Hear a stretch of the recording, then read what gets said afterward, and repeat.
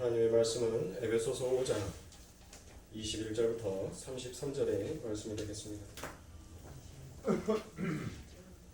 에베소서 5장 21절부터 33절의 말씀입니다.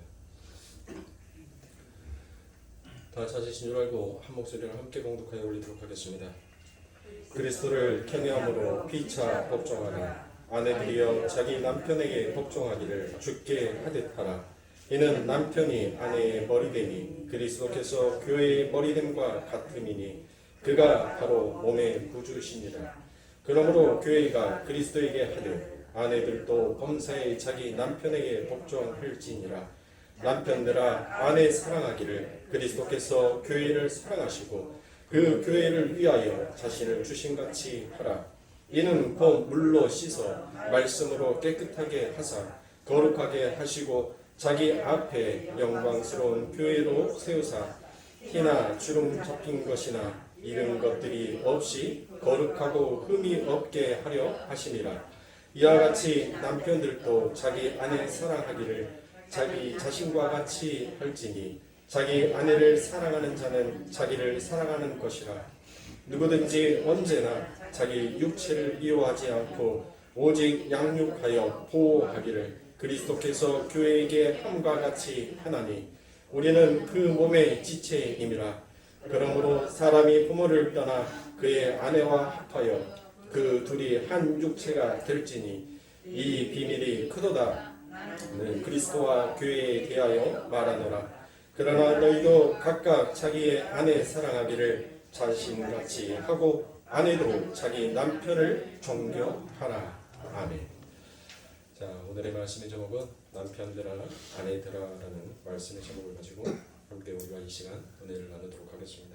그래서 자, 우리가 계속적으로 세월을 아껴라라는 그와 같은 말씀 속에서 지금 왜 세월을 아껴야 하는지에 대해서 지금 성경은 계속적으로 우리들에게 얘기를 하고 있습니다. 그래서 세월을 허비하고 방탕한 삶을 살아가는 세상 사람들과 달리 세월을 아껴 성령 충만한 삶을 사는 그리스도의 삶에 대해서 우리는 함께 은혜를 나누었고 함께 지금 은혜를 나누고 있습니다. 그래서 성령 충만한 그리스도인들은 그들의 삶이 바로 예배자의 삶이 되어야 한다라고 하면서 우리가 본문 21절에 무엇이다라고 읽었습니까?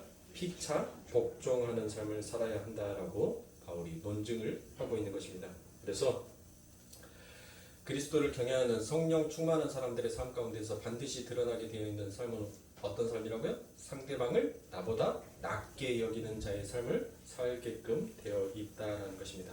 그래서 오늘 본문은 그 그리스도의 경외함으로 피차 복종하는 삶이 무엇인지에 대해서 구체적인 실체를 바로 나타내고 있습니다. 그래서 그 부분에 대한 것이 바로 무엇입니까? 그 첫 번째가 부부에 관련되어 있는 이야기입니다. 그래서 성령 충만한 사람들은 그들의 삶 속에서 피차 복종하는 삶을 살아야 하는데 그 복종이 어디에서부터 먼저 나타나야 한다라고 얘기를 합니까? 그게 바로 가정에서부터 시작해야 한다라고 이야기를 하고 있는 것입니다. 자, 여러분들 전부 다 이 뒤에 관련되어 있는 이야기들을 보면 첫 번째 부부의 이야기도 가정에서 나오는 것이죠. 부모와 자녀의 이야기도 가정에서 출발하는 겁니다. 주인과 종의 이야기도 가정에서 출발하는 것이죠. 그러면 자, 이 가정이 무엇인지에 대해서 우리가 정확하게 정리를 하고 있어야지 하나님께서 우리들에게 이처럼 요구하시는 이 요구에 대해서 명확하게 하나님의 뜻을 알고 그 뜻을 알기에 우리는 올바른 신앙생활을 할 수 있게끔 되어지는 것입니다. 그래서 여러분들 오늘은 남편들과 아내들이 하나님께서 주시는 그 역할과 일이 무엇인지에 들어가기에 먼저 앞서서 이 가정이 무엇인지에 대해서 먼저 우리는 개념을 정리를 하고 다음 시간에 가서 남편이 해야 될 역할 그리고 아내가 해야 될 그와 같은 역할이 무엇인지에 대해서 함께 나누도록 하겠습니다. 그래서 여러분들에게 먼저 이 말씀을 들어가기 전에 한 가지 질문을 하도록 하겠습니다. 여러분, 과연 천국에는 가정이라는 것이 있을까요? 없을까요? 라는 이와 같은 질문입니다. 여러분들의 생각은 어떠십니까? 그 각자의 대답은 마음속으로 대답하시면 되겠습니다. 여러분들, 천국에는 가정이라는 것이 천국에는 있을까요? 없을까요? 라는 그 질문에 대한 답은 있습니다. 왜냐하면 우리는 예수 그리스도를 한 형제요, 한 지체로, 한 피를 나누었고 하나님을 아버지로 부르기 때문에 그곳에 모여 있는 것을 하나의 큰 집단으로 놓고 보니 그것이 바로 천국이 가정이더라라는 것입니다. 그래서 그 이미 묵시 속에서 완성되어 있는 그 아버지 하나님의 나라, 그 가정인 삶이 어떤 것이고 그 천국에서 삶이 어떤 것인지를 하나님께서는 우리들에게 가르쳐 주시고 우리들에게 그와 같은 훈련과 그와 같은 삶을 살게 하시기 위해서 이 땅에 하나님께서는 가정을 허락하신 것입니다. 그래서 그 가정을 통하여서 세상의 가족들을 통하여서 무엇을 배우라는 것입니까? 바로 천국의 삶, 그 천국에서 하나된 자의 삶이 어떠한 자의 삶을 살아가는지에 대해서 우리가 이 땅에서 연습하고 답습하면서 그게 훈련이 되어져서 마치 조총수가 전쟁을 나가는 조총수가 적군을 향하여서 자연스럽게 총포를 겨누어서 그 적을 처치하는 것처럼 우리들의 삶 가운데 있어서 하나님께서 우리들에게 명령하셨던 하나님을 사랑하고 내 이웃을 사랑하라는 그와 같은 말씀이 결국 그 가정 안에서 연습되고 훈려졌던 그 사랑의 방법이 천국에서 자연스럽게 우리들의 삶 가운데 흘러나오게 되게끔 하기 위하여서 하나님께서는 이 땅에 가정을 주셨던 것입니다. 그런데 이 인류는 여전히 인본주의 사상에서 내려놓지 못합니다. 그래서 우리들에게 주어졌던 그 가정도 이 인류학에서는 가정은 바로 진화의 산물이며 인간의 창조물이다라는 이와 같은 얘기를 합니다. 인문학에서는요. 그래서 여러분들 진짜 인류학에서 보는 그와 같은 말처럼 정말 가정이 그렇게 인간이 만들어 놓은 하나의 진화입니까? 자, 그래서 가정이라는 것은 사회 발전의 소산이며 인간의 창조물이다라고 이야기하는 그들의 얼토당토하는 그와 같은 주장을 아버지 하나님을 믿고 하나님의 백성이다라고 하는 자들 역시도 그 가정에 대해서 바로 지라노처럼 그와 같은 이야기들을 믿고 그리고 그 이야기들을 답습하며 가더라는 것입니다. 과연 그것이 가정일까요? 자, 여러분들 가정의 시작 지점은 결혼이 정말 진화의 산물이고 사회 발전의 소산의 인간의 창조물인가라는 이와 같은 질문에서부터 우리는 출발할 수가 있습니다. 자, 가정은 진짜 영원한 가정은 바로 저 천국의 가정교회가 어떻게 탄생이 될 것이며 그 교회는 어떠한 삶의 원리를 살아야 하는지를 보여주기 위해서 하나님께서 창조하신 창조물인 것입니다. 그래서 에베소서 5장 31절과 32절에 이러므로 사람이 부모를 떠나 그 아내와 합하여 그 둘이 한 육체가 될지니 이 비밀이 크도다. 내가 그리스도와 교회에 대하여 말하노라라고 이처럼 얘기를 하는 것입니다. 그러니까 여러분들 결혼이 뭐라는 거예요? 뭐가 결혼이다라고 지금 에베소서 5장 31절과 32절에 이야기하고 있죠? 바로 천국의 왕이신 그리스도를 신랑으로 우리들이 그분의 신부가 되어서 바로 교회에 대한 하나의 모형, 그분과의 관계성에 대한 하나의 모형으로서 우리들에게 결혼이 무엇인지에 대해서 허락하셨다라는 것입니다. 그래서 부모와 자녀의 관계도 역시 마찬가지입니다. 자, 에베소서 6장 1절부터 3절에 보면 뭐라고 되어 있습니까? 자녀들아 너희 부모를 주 안에서 순종하라. 이것이 옳으니라. 내 아버지와 어머니를 공경하라. 이것이 약속 있는 첫 계명이니 이는 내가 잘되고 땅에서 장수하리라라고 되어 있습니다. 자, 여러분들 보십시오. 아버지와 어머니를 공경하면 내가 잘되고 땅에서 장수하게 된다라고 합니다. 여러분들 정말 그렇습니까? 정말 우리가 어머니와 아버지를 공경하면 모든 사람들이 전부 다 이 땅에서 장수를 하나요? 바로 이 구절은 사도 바울이 출애굽기에 나오는 십계명의 말씀을 인용한 부분이죠. 그렇죠? 자, 출애굽기 20장 12절에 보면 내 부모를 공경하라. 그리하면 너희 하나님 내 여호와가 내게 준 땅에서 내 생명이 길리라라고 말씀합니다. 자, 이 계명이 십계명에서 몇 번째 계명입니까? 네 번째, 다섯 번째 계명입니다. 예. 여러분 십계명을 다 아시기에 여러분들이 혹시 십계명을 아직 못 외우셨던 분들이 있으면 혹시 저와 같은 방법을 하나 써보시면 십계명이 더욱더 쉽게 외워지지 아니할까라는 생각이 됩니다. 우리가 하나, 둘, 셋 이거 숫자는 세실 줄 아시죠? 자, 하나 하면은 뭐죠? 하나, 한 분 하나님 이외에 다른 신을 섬기지 말라라고 되어 있습니다. 그 다음에 여러분들이 운을 띄워주세요. 둘 하면 뭡니까? 두 마음을 품어 우상을 섬기지 말라라고 합니다. 자, 3 하면 뭐죠?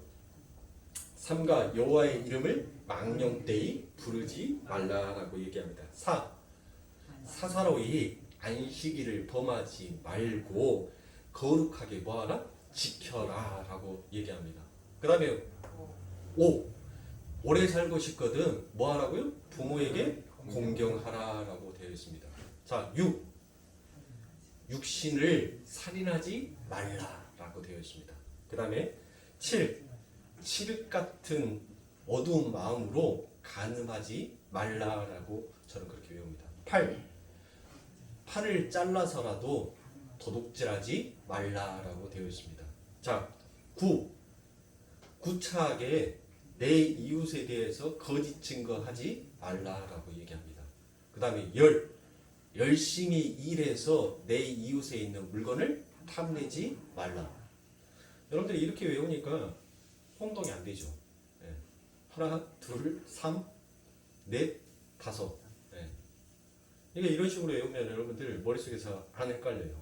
그래서 저는 그것을 하나의 문장으로 쭉 이어버립니다. 그러니까는 첫 번째 1 해가지고 외우고 2 해서 외우고 3 해서 외우고 가면 자꾸 헷갈린단 말이에요. 이게 머릿속에서. 그래서 저는 이처럼 문장을 하나를 만들어서 그 십계명을 외우다 보니까 그 십계명이 머릿속에서 오랫동안 외우지 아니하여도 머릿속에서 잘 정립이 되어서 남아 있더라라는 것입니다.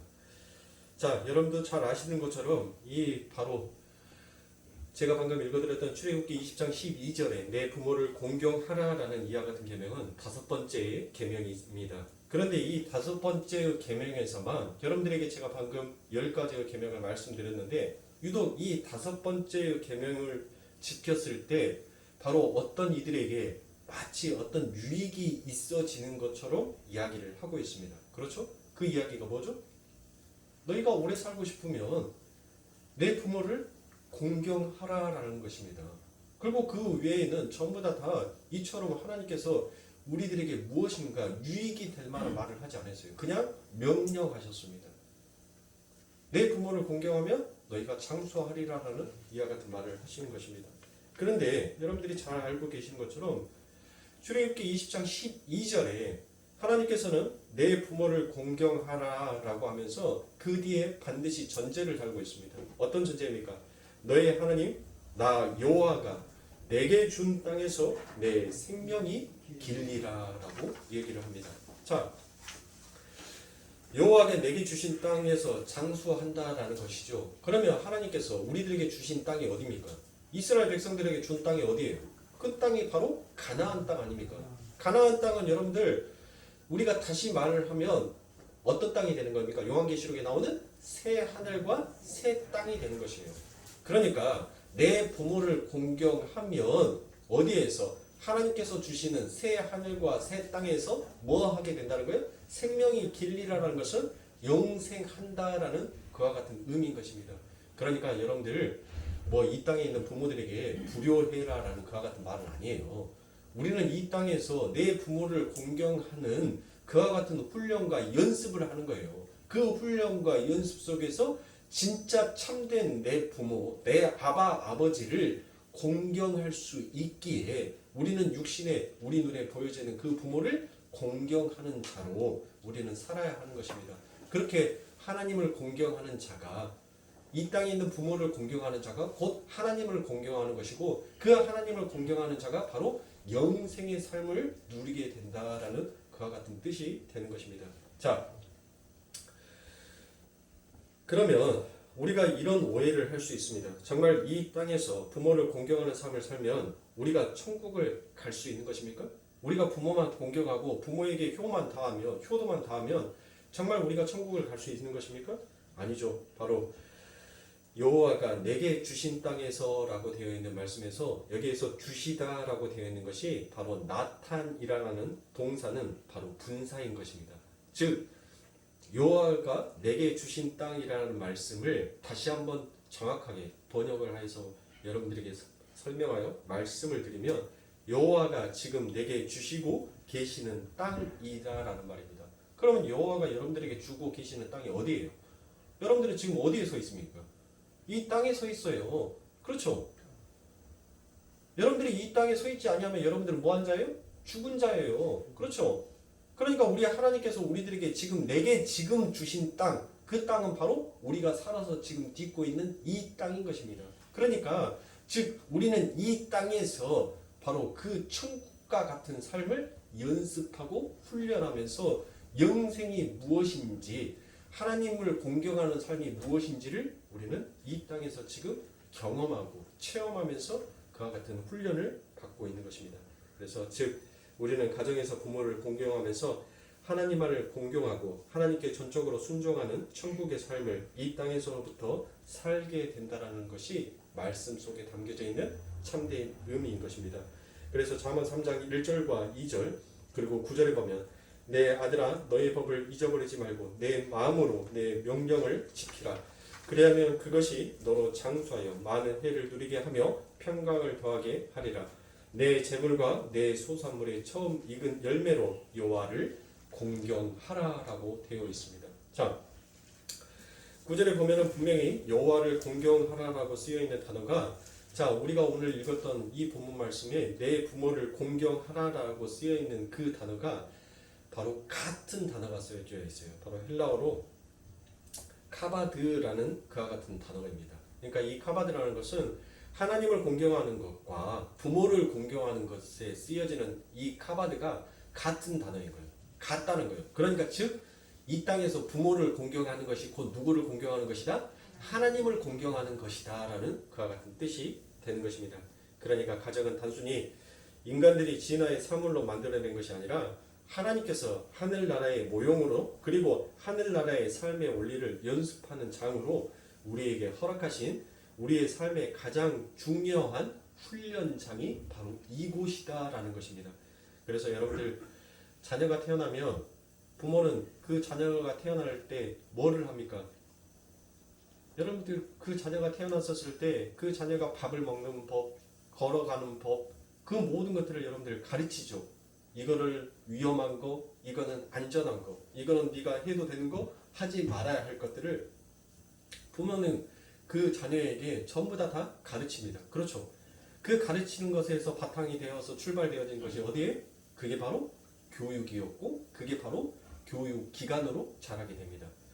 자, 여러분들 아이가 크다 보면은 아플 때가 있어요. 그렇죠. 아프면서 부모는 밤낮없이 그 아이에 대해서 간병을 합니다. 그 아이가 빨리 낫게끔 하기 위해서 병에 대한 치료를 합니다. 그것에서 바탕이 되어서 나오는 것이 바로 뭐예요? 그게 의학인 것입니다. 가정에서 그 자녀가 아파하는 그 모습을 보면서 부모가 아파하면서 그 자녀를 밤낮없이 치유하면서 그 자녀가 그 병에서 그 질병에서 이겨낼 수 있게끔 만들어 놓기 위해서 발전한 것이 그게 의학인 것이에요. 자, 가정에서는 아버지의 말이 곧 법처럼 엄합니다. 그렇죠. 그래서 그 아버지의 말로 인하여서 가정이 올바르게 세워집니다. 자, 올바르게 세워지는 그 아버지의 그 가르침, 아버지의 그 모든 것들이 바로 지금 이 세상 가운데 나와서 족장 시대가 되는 거고, 족장의 정치가 되는 것이고, 부족의 정치가 되는 것이고, 그게 발전이 되어서 민주주의라는 정치가 바로 가정에서부터 출발되어져서 나오는 것입니다. 그러니까 하나님께서는 이 가정이 얼마나 하나님께서는 중요한 것인지를 이 세상 가운데 가르치시는 거예요. 그러니까 교육이든 의학이든 정치든 다 이 모든 것들은 어디에서 출발되었다는 거예요? 가정에서 출발되었다는 것. 그러니까 가정이 얼마나 중요한 공간인지를 하나님께서는 이 세상 가운데 가르쳐 놓고 계시는 것입니다. 그런데 세상의 사람들은 전혀 그에 대한 가치와 그에 대한 것들을 모릅니다. 그래서 사회 제도가 점점 발전하고 사회가 점점 더 잘 먹고 잘 살고 편해질수록 여러분들 가정이 무너져 가고 있어요. 가정이 붕괴가 되어 가고 있습니다. 여러분들 그 가정의 붕괴는 곧 사회의 붕괴가 되는 것이고 그 사회의 붕괴는 곧 더 나아가서 나라의 붕괴가 되는 것입니다. 그 나라들이 점점 하나씩 붕괴가 되는 것이면 붕괴가 되면 이 인류는 결국 망하고 말게 되는 것입니다. 자, 여러분들 보십시오. 어느 날 우리 대한민국에 아파트의 문화가 들어서기 시작했죠. 그 아파트 문화가 들어서면서 여자들이 아파트를 바라보면서 자기의 로망으로 삼고 있습니다. 주택에 살다가 그 안에 모든 것들이 시설이 다 갖춰져 있는 그 아파트가 너무나도 좋아요. 한겨울이 되면 따뜻하게 지낼 수 있으니까 너무나게 좋습니다. 그래서 아내들은 그 로망이었던 그 아파트, 그게 결국은 여러분들 뭐를 만들었어요? 결국은 개인주의, 독단주의를 만들어 놓고 있습니다. 사회를 온전히 밀폐시켜버리는 밀폐의 집단으로 만들어 놓고 있어요. 그래 놓고 난 다음에 제2의 바벨론처럼 여러분들 더 높이, 더 가치 있게. 광주의 농성동에 여러분들 광주에서 가장 비싼 아파트가 들어서고 있어요. 혹시 알고 계십니까? 신세계에서 지금 짓고 있는데 광주에서 무려 공시지가만 30억짜리 아파트가 지금 지어지고 있습니다. 그래서 광주에서 펜트하우스다라고 지금 얘기를 하고 있어요. 농성동에 지금 그 아파트가 지어지고 있는데 그 아파트 평수가 100평입니다. 그리고 딱 두 세대만 살아요. 그러니까 양쪽으로 건물이 이렇게 딱 쓰는데 이쪽 한 세대, 이 건물의 맨 꼭대기층 100평 한 세대, 이쪽 층 100평 한 세대. 그래서 딱 두 세대만 삽니다. 여러분들 그게 부의 가치가 되었어요. 그게 부의 상징이 되었어요. 이 땅에서 잘 먹고 잘 사는 그 기준점이 너 어디 살아? 너 몇 평에 살아? 그걸로 바뀌어버렸단 말이에요. 그런데 얼마나 삭막해졌습니까? 내 이웃집에서 내 옆집에서 누가 죽었는지도 몰라요. 자꾸 썩은 냄새, 쾌쾌한 냄새가 나니까 문을 두드려 봐요. 근데 그 사람이 언제 죽었는지도 모르게 죽어서 여러분들 그 송장이 썩고 있으니까 그 썩은 냄새가 바깥으로 나오니까 왜 이 집에서는 자꾸 썩은 냄새, 이상한 냄새가 나지 하고 신고해봤더니 죽어 있는 거예요, 사람이. 저 어렸을 때까지만 해도 여러분들 안 그랬어요.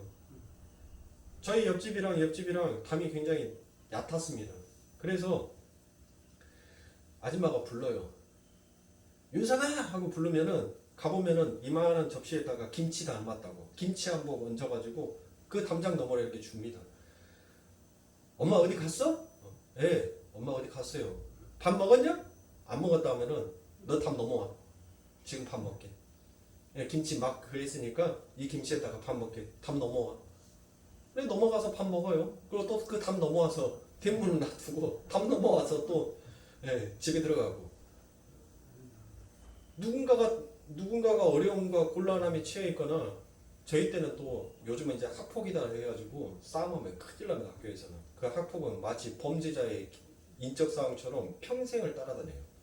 그 아이들의 생활기록부는 평생을 이제는 따라다니는 게 지금의 학폭입니다. 저희 어렸을 때는 진짜 싸움도 많이 했어요. 싸움하고 있으면 어른들이 지금은 못 본 척하고 가잖아요. 안 그래요.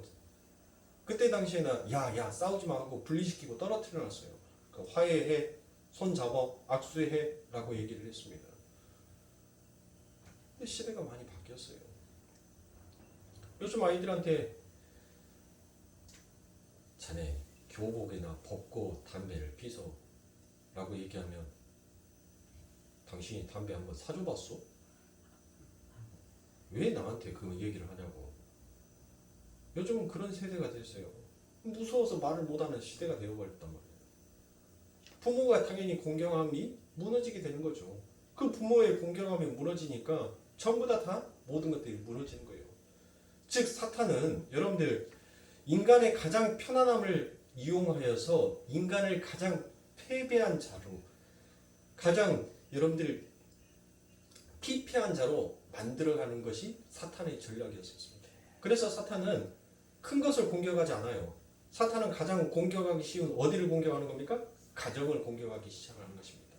그 가정을 공격하는 것이 누구를 통하여서? 아내가 남편을, 남편이 아내를, 자녀가 부모를, 부모가 자녀를, 아래에 있는 사람이 상전을. 요즘 그러고 있잖아요. 전부 다 사탄이 여러분들 그 안에 들어가서 마귀가 하는 짓을 보십시오.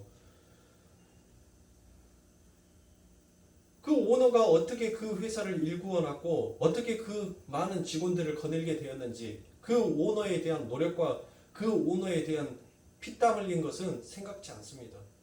니는 지금 우리가 노동을 하고 있기에 너는 지금 잘 먹고 잘 살고 있지 않느냐. 그러니까 더 내놔라. 그래서 여러분들 그게 바로 만들어진 게 뭐예요? 그게 노조가 만들어졌잖아요. 결국 그 노조로 인하여서 자꾸 잘 먹고 잘 살아보자. 여러분들 그와 같은 운동을 하셨습니까? 그러니까 전부 다 가정을 무너뜨려 놓으니까 사회의 제도가 전부 다 무너져 나가는 거고 그 사회의 제도가 전부 다 무너져 나가니까 여러분들 나라가 부패하기 시작하는 거예요.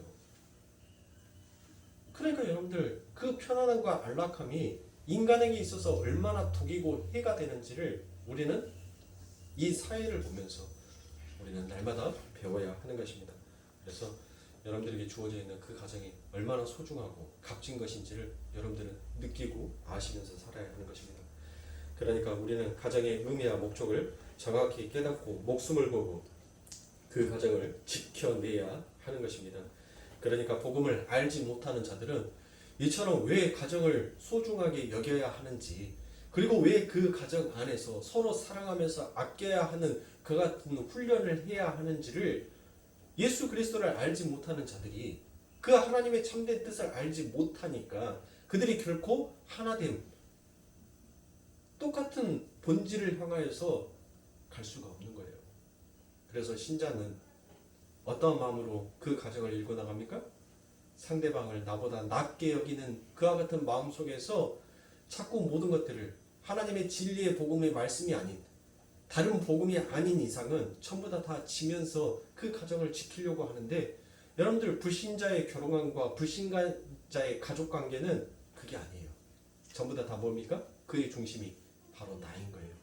내가 존재하기에 이 가정이 존재하는 것이고 내가 있기에 너가 있는 것이고 내가 있음으로 네가 지금 이렇게 살 수 있는 것이다 라고 출발한 것입니다. 그러니까 불신자의 가족관계는 전부 다 뭐 할 수가 없어요? 하나 될 수가 없어요. 어떠한 합의점 안에서 하나인 것처럼 보이지만 결국 그 합의점이 깨지게 되면 바로 분리될 수밖에 없는 것입니다. 이처럼 예수 그리스도를 알지 못하고 예수 그리스도의 결혼관과 예수 그리스도께서 주시는 말씀의 가족관계가 무엇인지를 깨닫지 못하는 그 불신자들은 여러분들 항상 뭐 할 수밖에 없는 거예요? 그들과는 항상 다툼과 싸움이 있을 수밖에 없는 것입니다. 그래서 성경은 우리들에게 경고를 하죠. 믿는 자들아 믿지 아니하는 자와 뭐 하지 말라? 같이 멍에를 메고 가지 말라라고 이야기를 하고 있는 것입니다.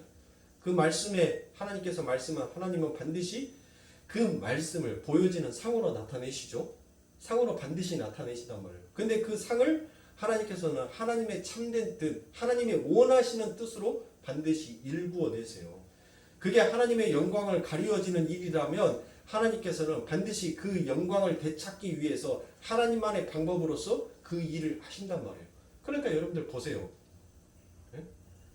제가 하나님의 말씀을 알고 하나님의 백성이다라고 하면서 여전히 세상의 것을 쫓아가고 세상의 것에 내어서 나라는 중심 속에서 살다 보니까 결국 그 하나님의 말씀이 어떻게 내 삶 가운데 이루어지는지를 하나님이 보여주시잖아요.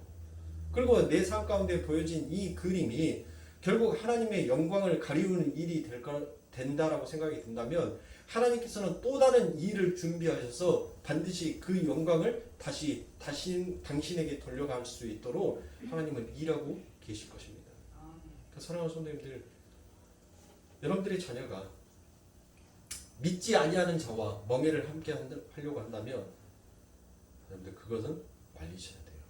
그건 다른 복음입니다. 도시락 싸갖고 다니면서 말리세요. 그래도 말을 듣지 아니하거든 조금 나쁜 말로 너는 내 새끼 아니다. 너는 지금부터 내 새끼 아니다. 네가 안 나가면 내가 나가마 하고 자식과 결별 선언을 하더라도 여러분들 반드시 그 다른 복음은 목숨을 다해서 지키셔야 됩니다. 그거 이상 하나님의 말씀보다도 그 자식에 대한 사랑이 먼저 지나칠 정도로 가게 된다면 여러분들 반드시 하나님은 그 말씀을 이루어 버리신다는 것을 여러분들 잊지 마십시오. 보십시오. 저를 보시면 알잖아요. 하나님께서 그 말씀을 어떻게 이루어 가시는지를 저를 통하여서 보여주고 계시잖아요. 여러분들, 저는 부끄럽지 않아요.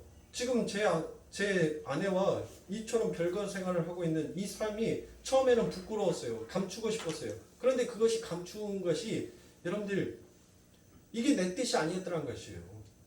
내가 하나님의 뜻을 모르고 아버지를 멀리하고 살아왔고 세상의 것을 쫓아왔었을 때는 제 아내와 정말 합한 자의 삶을 살았다니까요.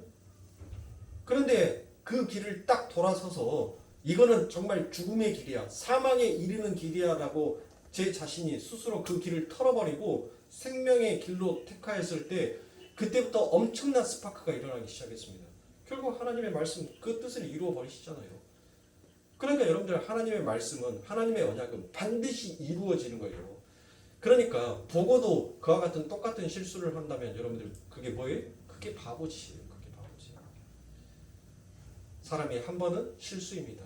그러나 그 실수를 여러분들 다시는 그와 같은 실수를 하지 아니하기 위해서 우리는 몸부림쳐야 돼요. 그런데 다시 바보처럼 그와 같은 똑같은 실수를 저지른다면 그거는 바로 갈라디아서에서 여러분들 어떤 말이 나오냐면 어리석도다라는 그와 같은 말이 나와요. 어리석은 자가 되는 거예요. 사랑하는 선생님들, 우리 거룩교회에서 저는 아직 나이가, 저한테 주례 시키시려면, 말씀이 지금 삼천포로 가고 있는데 주례를 시키시려면 제 나이가 한 60 후반 정도, 60이 좀 넘었을 때 저한테 주례를 부탁하십시오. 아직 제가 얼굴 생김새가 너무 동안이에요. 그러다 보니까 제가 목살이지만은 그 주례석상에 서가지고 뭘 말을 한다는 것이 또 사람이 또 보여지는 그림이라는 것이 있기 때문에 장례식장은 상관이 없어요. 누가 가든지 간에. 근데 결혼식장은 여러분들 조금 보여지는 그림이 있기 때문에 좀 중후하신 분들을 좀 세우셔가지고 인생에 연륜도 있으신 분들을 좀 세우셔서 그렇게 하십시오. 저는 아직 유함을 못 배웠어요. 인생에 좀 연륜을 통하여서 좀 유함을 배워지고 내려놓음을 이렇게 인생을 통하여서 좀 배워야 되는데 아직 저는 깎아지지 아니하는 돌이다 보니까 여러분들 좀 빼쪽빼쪽합니다. 그러니까 아니 기껏 축하해 줘야 되는 그 자리에 가가지고 죽으란 말이야. 죽어야 살아. 그러고 있으면 깜짝 놀랄 거 아닙니까? 결혼식장에서 죽으라고 설교를 하고 있으면 그게 맞는 말인데, 예? 아내는 남편을 위해서 죽고 남편은 아내를 위해서 죽어야지만이, 그래야지만이 오랫동안 이 가정을 지킬 수 있습니다. 그러니까 둘 다 죽어 라고 얘기를 하면 이 말이 옳은 말인데 그 결혼식장에서는 그 말이 여러분들 좀 어색한 말이라는 것입니다. 그러니까 주례는 여러분들 제가 나이가 조금 무르익으면 그때 저한테 시키시더라도 지금 제 또래, 저랑 같이 이제 고만고만하게 이렇게 막 결혼들을 해가는 저희 동생들, 이 또래 애들은 저를 보시고 저를 거울 삼아서 보시고 제발 결혼하는 그 자녀가 믿지 아니하는 자를 선택을 하셨을 때 그거는 하나님 앞에 반드시 기도하시면서 여러분들 나아가셔야 돼요. 정말 그래야지 그 뒤에 오는 그 폭풍 전야 있죠? 폭풍 전야. 그 뒤에 오는 그 폭풍을 우리가 능히 견뎌내고 이길 수 있는 것입니다. 그러니까 저를 거울 삼으세요. 오히려 하나님께서는 저를 통하여서 복음의 진리가 무엇인지를 또 하나님의 그 복음을 전달하는 그와 같은 하나의 일로 저를 본보기로 세우셨는지도 모릅니다. 그러니까 결국 이것은 부끄러움이 아닌 거예요. 저한테 있어서. 사랑하는 선생님들, 이처럼 우리는 목숨을 다해서 주의 말씀을 지키기 위해 훈련하고 연습해야 하는 우리는 훈련병이다라는 것을 여러분들 잊지 마십시오. 자, 이처럼 결혼은, 가정은 하나님의 허락하신 가장 좋은 하나님의 창조물입니다. 그런데 하나님께서 엿새 동안 창조를 하시고 그 창조물들을 보시고 뭐라고 말씀을 하시죠? 참 좋다라고 얘기를 합니다. 그렇죠? 그런데 유일하게 어떤 것을 창조하시고 난 다음에 하나님께서 보시기에 좋지 않더라라는 그와 같은 말씀을 하십니다. 자, 창세기 2장 18절에 보면 여호와 하나님이 가라사대 사람이 독처하는 것이 좋지 못하니 내가 그를 위하여 돕는 배필을 지으리라 하시니라라고 되어 있습니다. 그러니까 하나님께서 뭐라고 하신다고요? 홀로 있는 그 남자가 하나님 보시기에는 좋지 아니하신 거예요. 그래서 하나님께서는 그 좋지 아니하는 모습에 누구를 끼워 넣습니까? 여자를 끼워 넣고 보시기에 좋더라라는 그와 같은 말씀을 하시는 것입니다. 그러면 여러분들 이와 같은 의문점이 여러분들에게 생기지 않으세요?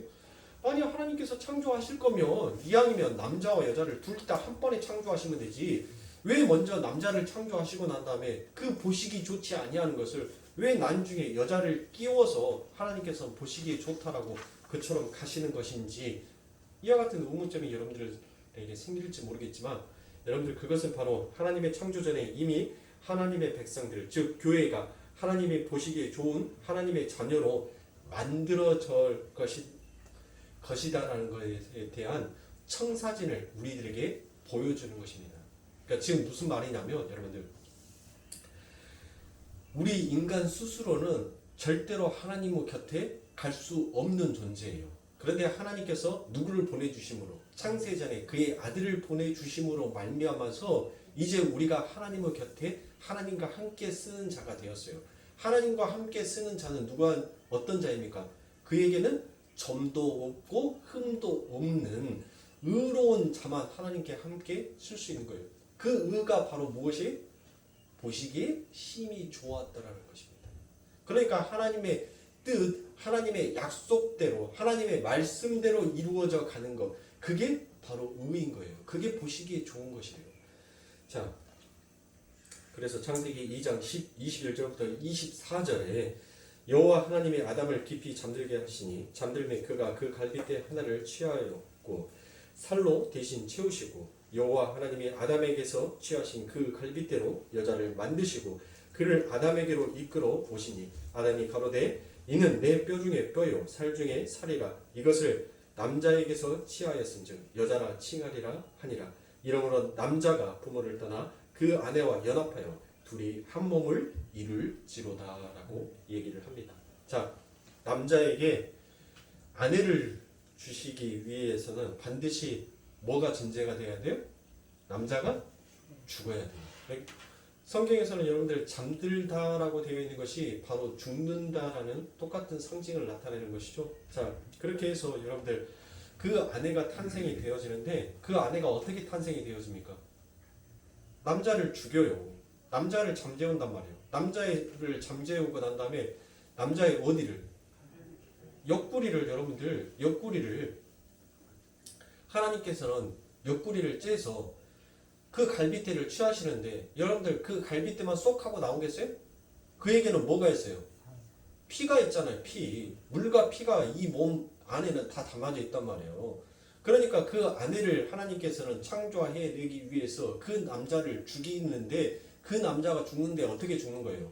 그 옆구리가 찢어지고 그 옆구리에서 물과 피가 쏟아짐으로 말미암아서 그의 갈빗대가 뽑아짐으로 여자가 탄생이 되는 거예요. 즉 무엇입니까? 누구를 상징하는 거예요? 예수를 상징하는 거예요. 그러니까 아버지 하나님의 교회, 하나님의 백성이 어떻게 탄생되어지는지를 하나님께서는 우리들의 삶 가운데 보여주는 거예요. 누구를 통하여서? 이 아담, 이 사건을 통하여서 그 예수 그리스도가 죽으시는데 그의 옆구리에 창찔림을 당하시고 그분이 물과 피를 전부 다 쏟아내심으로 인하여서 이제 뭐가 탄생되어지는 거예요? 새 하늘과 새 땅이 열리고 그 새 하늘과 새 땅이 열림으로 누가 세워지는 거예요? 거룩한 성, 새 예루살렘, 그 성전, 바로 하나님의 교회가 세워지더라는 것이에요. 그래서 성경에서 교회를 누구라고 얘기를 해요? 여자다, 신부다, 우리다라고 얘기를 하는 것입니다. 그렇게 우리가 태어난 거예요. 그런데 하나님께서는 그렇게 여자가 탄생되어지고 하나님의 온전한 사람으로 태어나기 위해서 그 남자가 어떤 일을 합니까? 누구를 떠나요? 부모를 떠나요. 예수 그리스도께서 하나님, 성부와 하나님을 떠나서 이 땅으로 오시는 거예요. 부모를 떠나서 그 아내와 그 여자와 한 몸을 이룰지니라. 그 남자가 죽음으로 인하여서 이제 그 하나 될 수 없었던 분리되었던 그 교회가 이제 하나님과 하나 된 교회, 그 하늘과 땅을 이어주는 사다리의 역할이 되어서 이제 하나가 되는 그와 같은 일을 누가 이루신 거예요? 그게 예수가 이루신 거예요. 그러니까 여러분들 성경의 말씀은 정확하게 자기의 연결고리를 찾아서 가게끔 되어 있어요. 그러니까 인체에도 여러분들 맞죠? 사람의 혈관과 혈관은 정확하게 일치해서 갑니다. 여러분들 이 몸에서 하나의 장기의 이식을 받을 때 이 신체에서 나타나는 변화는 어마어마한 변화가 일어나요.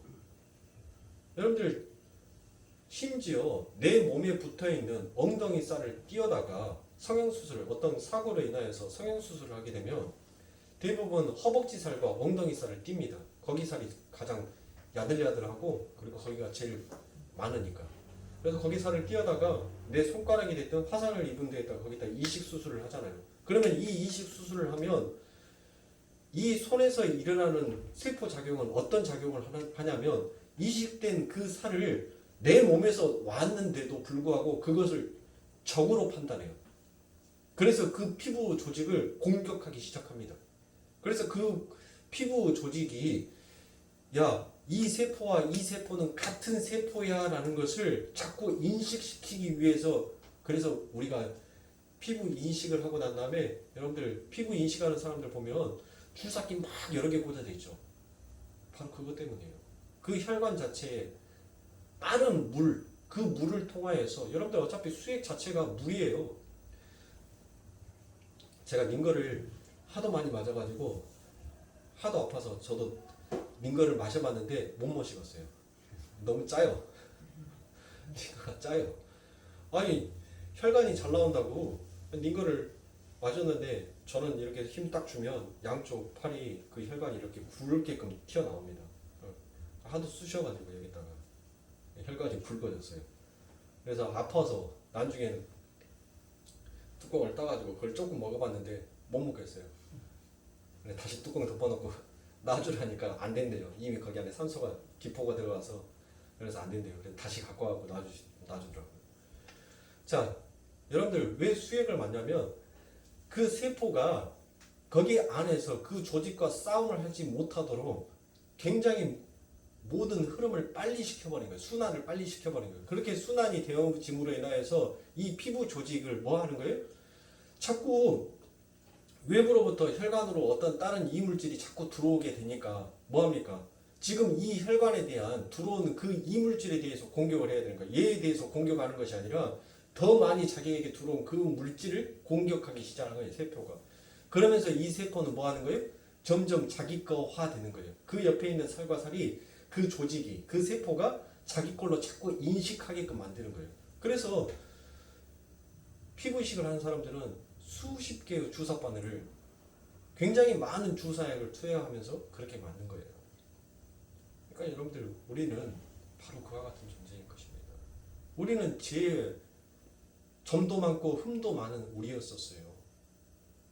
우리가 구원을 받았을 때 죄 없을 때 구원받은 게 아니에요. 우리는 죄이었었을 때 아직도 여전히 죄인이었었을 때 하나님 앞에 구원을 받았어요. 그러니까 하나님의 그 나라와 우리나라는 도저히 인식될 수가 없는 존재예요. 하나님의 나라는 죄가 없는 나라이기 때문에 죄만 보면 이것을 적으로 인식하고 여호와의 사자가 이 죄를 향하여서 돌진할 수밖에 없는 거예요. 그런데 그것을 누가? 그 예수가 그 피로 이거는 네 세포야, 이거는 네 살점이야, 그러니까 공격하지 마 라고 인식을 하게끔 자꾸 만들어 놓고 그리고 그게 하나됨으로 정확한 융화됨으로 나타내는 거예요. 그런데 여러분들 제가 이 손가락은 옛날에 아이스크림 먹으면 아이스크림 그 막대기에 껌이 있었어요. 껌. 그래서 동생이 아이스크림을 열심히 잘 먹고 난 다음에 거기에 이제 비닐로 딱딱한 비닐로 되어 있는데 그 비닐을 벗겨야지만 거기 안에 들어있는 껌을 먹을 수가 있어요. 그래서 동생이 이제 그걸 벗겨달라고 하더라고요. 근데 저도 이빨로 뜯으려고 하는데 어렸을 때부터 손톱을 항상 이렇게 잘라왔으니까 뭐 손톱은 없었죠. 잘라달라고 하니까 안 되는 거예요. 그래서 이리 줘봐 해가지고 주방에 갖고 가서 그 막대기를 놓고 도마 집에서 사용하는 그 칼로 훅 하고 내리쳤는데 손가락을 내리쳐버린 거예요. 살점이 뚝 하고 떨어져서 나갔는데 그게 이제 나중에서 붙었는데 여러분들 제가 그게 굉장히 오래된 시간입니다. 30년의 세월이 지났는데도 여전히 이 손가락에는 그때 배웠던 그 흔적이 남아있어요. 그게 바로 뭐예요? 예수의 흔적이에요. 그게 바로. 그러니까 도저히 인식되어서 한 몸으로 이루어질 수 없는데 그 예수의 물과 피로 인하여서 우리는 이제 한 몸이 된 거예요. 그런데 그렇게 한 몸이 된 자에게는 반드시 뭐가 있냐면 흔적이 남게 되는 거예요. 그 예수의 살에 그 살로 채웠더라라고 되어 있잖아요. 아담에게 빠져있는 그 부분을 살로 채웠더라라는 그 말이 바로 인식되지 못한 그 비어있는 공간을 바로 우리라는 존재를 그 하나님 나라에 인식시켜서 붙여버린 것입니다. 접붙임하듯이. 근데 접붙임하는데 그 자리는 반드시 뭐한 자리가 남게 있어요? 흔적이 남게 되어 있어요. 그래서 그 흔적이 없는 자는 하나님의 백보자의 심판에서 뭐 할 수밖에 없어요? 죽을 수밖에 없는 것입니다. 그래서 우리는 그와 같은 그 흔적이 있기에 당당하게 아버지 하나님의 나라에 입성할 수 있는 것이에요. 우리가 잘나서가 아닙니다. 바로 그것은 예수 그리스도의 은혜다라는 것을 여러분들은 잊으시면 안 됩니다. 그래서 예수 그리스도의 죽음으로 신부인 교회가 탄생이 되는 것이며 그 예수 그리스도께서 우리 교회와 하나로 연합하시기 위해 이 땅에 오신 것입니다. 요한복음 17장 20절부터 21절에 보면 내가 비옵는 것은 이 사람들만 위함이 아니요 또 저희 말을 인하여 나를 믿는 사람들도 위함이라. 아버지께서 내 안에 내가 아버지 안에 있는 것 같이 저희도 다 하나가 되어 우리 안에 있게 하사 세상으로 아버지께서 나를 보내신 것을 믿게 하옵소서라고 되어 있습니다. 그렇죠? 자, 예수님은 아담에게 있어서 하와의 존재처럼 교회가 없이는 홀로 완전하지 않으시기로 하신 것입니다. 바로 에베소서 1장 23절에 보면 교회는 그의 몸이니 만물 안에서 만물을 충만케 하시는 자의 충만이니라라고 되어 있습니다. 그러니까 교회는 만물을 충만케 하시는 자 바로 예수의 충만이다라는 것입니다. 교회가 없이 예수 그리스도는 홀로 충만하시지 않기로 하셨다라는 것입니다. 그래서 예수 그리스도와 우리는 한 몸이 되는 것입니다. 바로 이 모습을 보여주는 것이 가정이며 그것이 바로 부부인 것입니다. 그러니까 남편은 가정에서 어떠한 역할을 하는 겁니까? 바로 예수 그리스도의 역할을 하는 것이에요. 그러면 아내들은 그 가정에서 어떠한 역할을 하는 겁니까? 바로 교회의 역할을 하는 것입니다. 그러니까 여러분들 피차 복종하는 것이 마치 남편이 아내를 굴복시켜버리는 그와 같은 것이 아니에요. 또 아내가 남편을 자기의 종처럼 부리려고 굴복시키는 그와 같은 서로가 서로를 굴복시키기 위한 피차의 복종의 삶이 아닌 것입니다. 우리는 성령 충만이라는 그 전제 안에서 서로 피차 복종하는 자의 삶을 살아가고 있는 것입니다. 그러니까 사랑하는 성도님들, 우리는 한 목표예요. 한 뜻이에요. 한 목표와 한 뜻이 어디입니까? 바로 예수 그리스도를 믿는 것입니다. 그것을 바로 가정에서부터 우리는 훈련하고 그 훈련된 삶이 결국 아버지 하나님의 성령의 충만한 삶으로 비춰지게 되고 그 성령의 충만한 삶이 결국 아버지 하나님의 나라의 삶의 원리로 작용을 하게 되더라라는 것입니다. 그래서 사랑하는 성도님들, 이제 여러분들에게 주어지는 이 가정이 무엇인지를 여러분들은 오늘 말씀을 통하여서 여러분들이 추구해야 될 것이 어떤 것이며 연습해야 될 것이 어떤 것인지를 이제 아시게 되었습니다. 그러니까 사랑하는 성도님들, 그 전까지는 내가 몰라서 행하지 못하였다면 이제부터는 내가 내 가정 안에서 이와 같은 훈련을 하심으로 인하여서 서로가 서로를 사람 인자처럼 버티면서 끌어주면서 그래서 한 뜻, 한 소망을 가지고 아버지 하나님의 성령 충만한 자, 복받은 자로 영생의 삶을 누릴 수 있는 자로 살아가시길 주님의 이름으로 축원합니다. 그래서 다음 시간에는 남편과 아내의 역할과 의무와 책임은 어떠한 것인지에 대해서 여러분들과 함께 살펴보도록 하겠습니다. 기도하겠습니다.